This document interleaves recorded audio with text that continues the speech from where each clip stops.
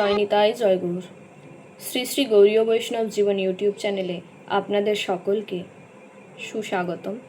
আপনারা ধৈর্য ধারণপূর্বক আজকের জীবনী মাহাত্ম্য শ্রবণ করুন।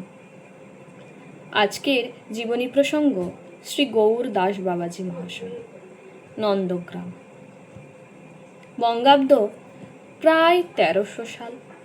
শ্রী নন্দগ্রামে পাবন সরোবরের তীরে শ্রী শ্রী সনাতন গোস্বামী পাদের ভজন কুটিরে শ্রী গৌরদাস বাবাজি ভজন করতেন। তিনি সিদ্ধ পুরুষ বলিয়া খ্যাতি লাভ করেন।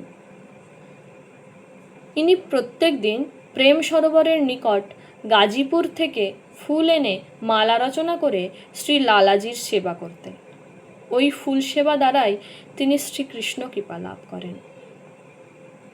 পূর্বে 5 থেকে 6 বৎসর ফুল সেবা করবার পর ইহার মনে অভিমান হইল। এতদিন পর্যন্ত শ্রী লালাজির ফুল সেবা করিলেও তিনি তো আর আমাকে দয়া করিলেন না। শ্রী কৃষ্ণচন্দ্র একটু কঠিন চিত্ত হন। শ্রীমতী বৃষভানু রাজনন্দিনীর চিত্ত কিন্তু করুণা দ্বারাই গঠিত। আমি এতদিন শ্রীজির ফুল সেবা করিলে নিশ্চয়ই তিনি দয়া করিতেন। আজ আমি বর্ষা না যাইব, এখানে আর থাকিব না। তখন তিনি বৈকালে কাঁথা ইত্যাদি পিঠে বেঁধে সন্ধ্যার একটু আগে নন্দগ্রামের 1 মাইল দক্ষিণে মাঠের মধ্য দিয়ে যাচ্ছেন। গরুর পাল তখন গ্রামে আসছে। এমন সময় একটি কৃষ্ণকায় সুন্দর বালক বাবাজিকে দেখে বলছেন, বাবাজি তু কাহা যায়?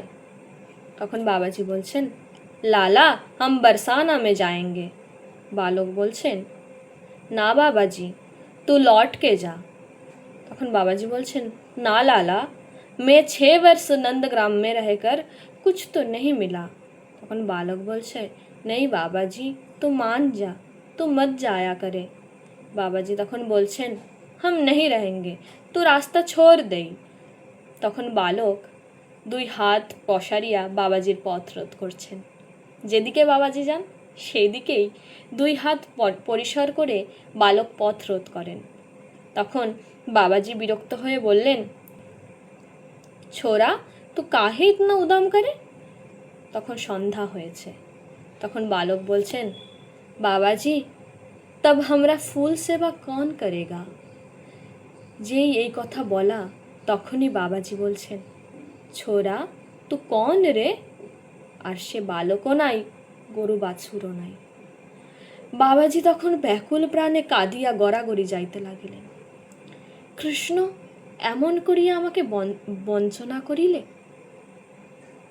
হায়, কিছুতেই আমি তোমাকে চিনিলাম না, তোমার কথাও বুঝিলাম না। হে দীনবৎসল, আমি নরাধম, আমাকে দয়া করো। এইভাবে সে রাত্রি নন্দগ্রামে এসে সারা রাত্রি তিনি কাঁদিয়াই কাটাইলেন। পূজারীর প্রতি আদেশ হলো, দেখিস গৌরদাস যেন আমার ফুল সেবা না ছাড়ে।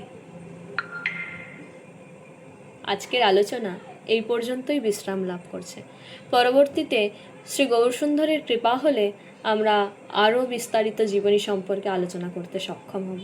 জয় নিতাই, জয় গৌর।